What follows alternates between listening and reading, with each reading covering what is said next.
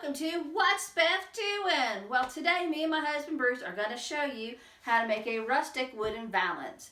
So before we get started, make sure you like, share, tag, and subscribe to my channel, and we'll get cracking.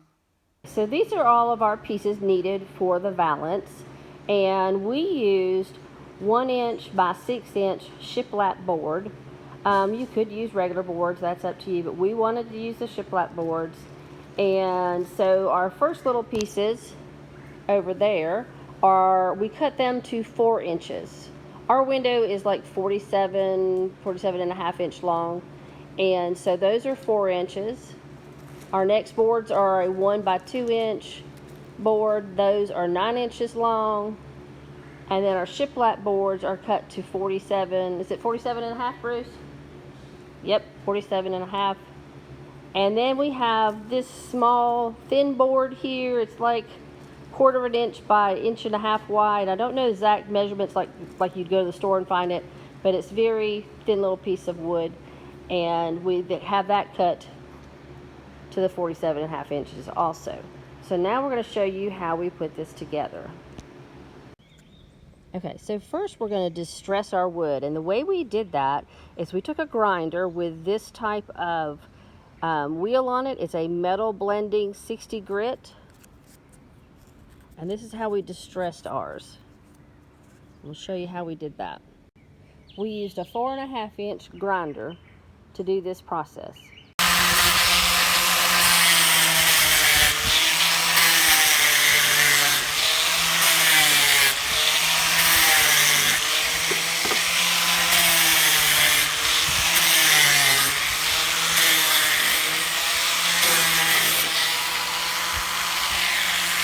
So there you have that. We just lightly went over it with the grinder, and what that does, that just puts little lines in it, so when you apply your stain and then your chalk paint over top of that, you'll be able to see it. Let me show you how. So when you get the stain and the chalk paint on, it looks like saw marks, and that's what you're going for. You don't want deep, dark, deep grooves or anything. You just go over it a couple times, and if you really take your fingertips and run your fingertips down the board, you can feel the variations. Our next step we're going to be doing is we're going to distress it even a little bit further we're going to use wire cutters and a screwdriver. You can use a hammer and different things that you have used in the past to distress it yourself.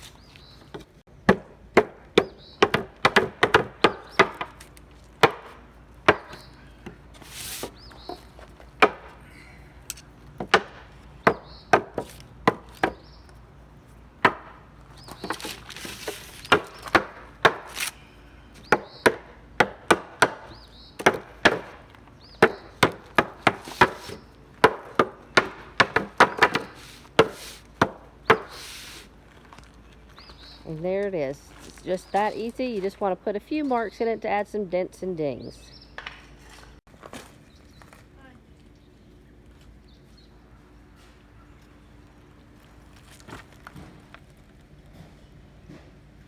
So the next thing to do is we're starting to put it together. We added our 1 by 2 inch boards to the ends with brad nails, making sure we have enough space on the ends for our end pieces. Make sure everything's even and level. So next we're attaching the ends with some brad nails.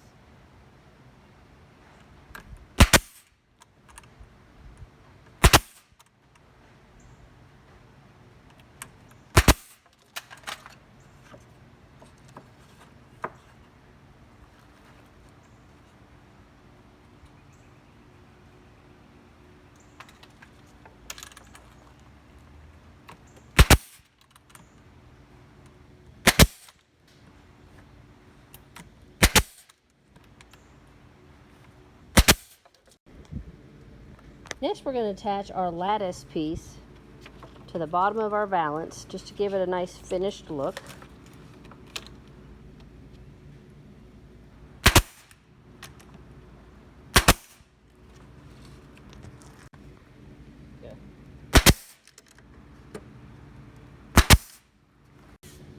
The next step in the process is to stain it whatever color you'd like to use. We're using an espresso, which is a dark brown. You can use whatever color you'd like, whatever's going to go with your interior. So we have our Rustic Wooden Valance all stained with our espresso stain, and we're going to let this dry. This needs to dry at least 24 to 48 hours. I know that's being real patient, but you'll make sure it's good and dry before you put your white on over it to antique it and make it look rustic. So we're going to let this dry, and we'll be back and show you how we put our white on. Okay, so we are going to use Rust-Oleum chalk paint and linen white to antique our boards. So we want our board to look like this one. So we're going to take it from here to this board.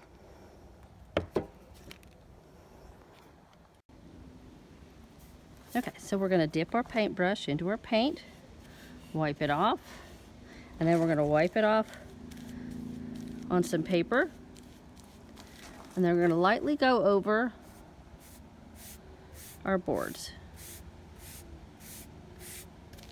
And if you feel like you got too much paint on your brush, wipe it off some more.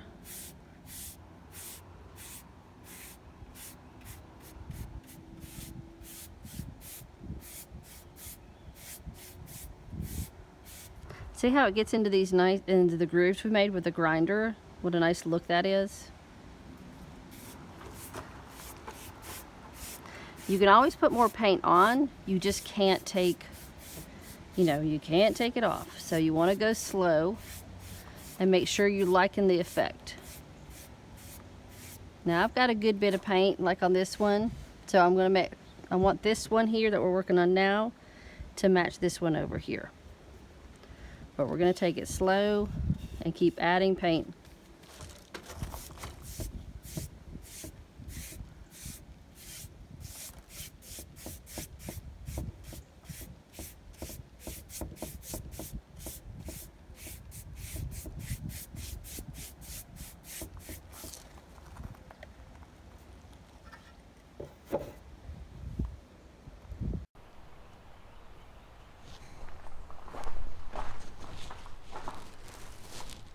Okay, so we're going to keep adding paint.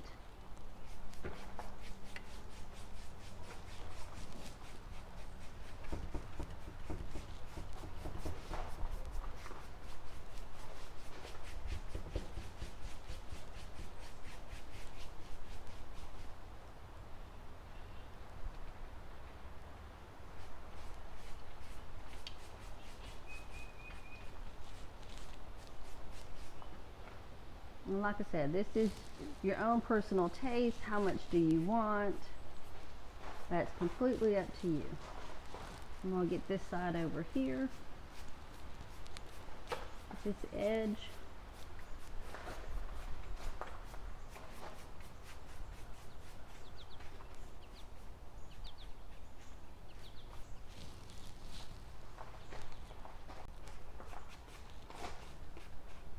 And do the ends.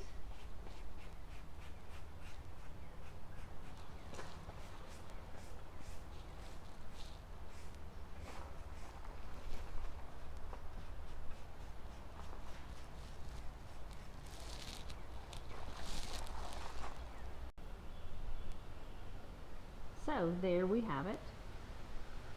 I've finished antiquing this board. And now it's just got to dry so we can hang it up. And like I said, this is all your personal preference. We like using the grinder to put the saw marks in so it looks like sawn boards. And then it also catches the paint really nice. The size is going to depend on you in your window as far as your lengths go. But this one sticks out just the right amount of width that if you had your blinds not inside the window but outside the window, you have room for them. We actually put a pull down shade over our blinds because I like the room really dark, so that fits behind it nicely and you can't see it. So there you go, an antique rustic wooden valance. Really quick and easy. Give it a try, and I will make sure I list all of what we used. So we are ready to install our valance, and we have attached the 1 by 2 inch boards. They are 9 inches long on each side of the window, and we have them about 2.5 inches above the window is the way we place them. You can, that's totally up to you and the look you're looking for and how high up you put them. But that's what we put, and we're going to attach the valance to those with screws.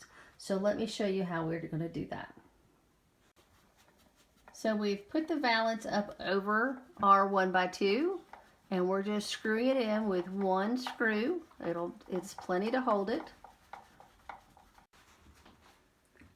So there our valance is up over our window, and what we did is it is just level on the bottoms with our 1 by 2. We just got that even, and we used a level on the top to make sure we had it all even. And there you go. Looks really nice. Well, folks, thanks for joining me today at What's Beth Doing. We had a great time, and don't forget to check out our sponsor, Sutton Mill Creek Syrup Company. They make a line of hickory syrups, sweet and smoky, go great on your breakfast foods, pancakes, waffles, sausage, or make a good meat and salmon glaze.